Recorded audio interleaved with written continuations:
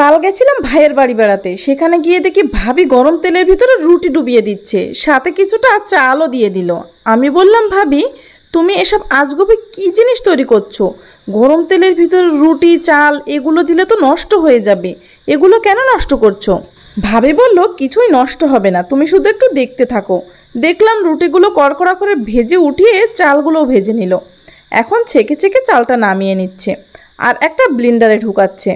আমি বললাম, তুমি নিশ্চয় ভাইয়ের সাথে কোনো গোলমাল বাঁধিয়েছ, তাই জন্য এরকম আজগুবি জিনিসপত্র তৈরি করছো আর নষ্ট করছো। এরপরে দেখলাম ব্লেন্ডার গট করে খাটিয়ে দিল আর আমার দিকে একটু রাগের চোখেই তাকালো। আমি চুপচাপ ভয়ে দাঁড়িয়েছিলাম। এখন দেখলাম একটা কড়াইতে চিনি আর গুড় মিশিয়ে জাল করছে। আমি এবার বললাম, তোমাকে পাবনায় পাঠাতে হবে, তুমি এগুলো দিয়ে কি তৈরি করবা? সে বলল, চুপচাপ দেখতে থাকো। কড়াইতে কিছুটা তেল দিয়ে 1 চামচ বেসন খুব ভালো করে ভেজে নিচ্ছে আর এখন ব্লেন্ডার করা রুটি দিয়ে ভালো করে মিশিয়ে নিচ্ছে। ভাবি রুটিটা মেশাতে মেশাতে আমি জানিয়ে দিই, আগের ভিডিওতে কমেন্ট করেছে হাবিব মাহা, ইশরাত জাহান, উমাইয়া, শুভজিৎ দাস, আপনাদের সবাইকে অনেক অনেক ধন্যবাদ। কমেন্টস পড়তে পড়তে ভাবি দেখি এর ভিতরে নারকেল ছিটিয়ে দিয়েছে। আমি বললাম, নারকেলটা কি কুড়েই দিতে হবে? বলল, হ্যাঁ, এটা কুড়েই দিতে হবে।